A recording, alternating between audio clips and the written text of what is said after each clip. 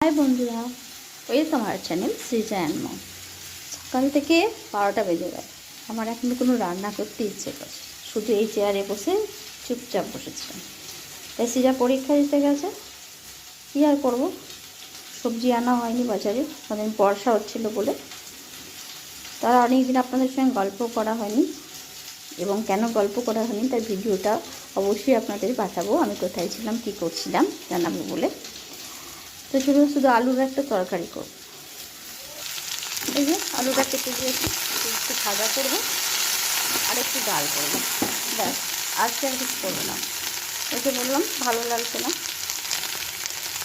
আজকের মতোটাই করে শেষ করে দেবো। একটু ডাল সিটি মেরে দিয়েছি, একটা মোটেই রেডি করে। আর এতে কিছু করবো না, এটা ভাজি করে তেলের করে একটুখানি কেবলমাত্র পোস্ত ছড়িয়ে দেবো। সিজাকে ফাঁকিবাজিও হয়ে যাবে, সিজা জানবে পোস্ত খাচ্ছি। অ্যাকচুয়ালি আমি করবো কি বলুন তো, আলু ভাজা। আবার দেখা হচ্ছে নতুন ভিডিওতে, সঙ্গে থাকবেন। আবার নতুন করে ভিডিও আমি শুরু করলাম। দিনে অনেক ব্যস্ততা থাকায় আপনাদের সঙ্গে ভিডিও শেয়ার করতে পারছিলাম না।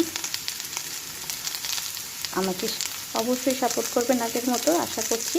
ভালো থাকবেন, সুস্থ থাকবেন, টাটা।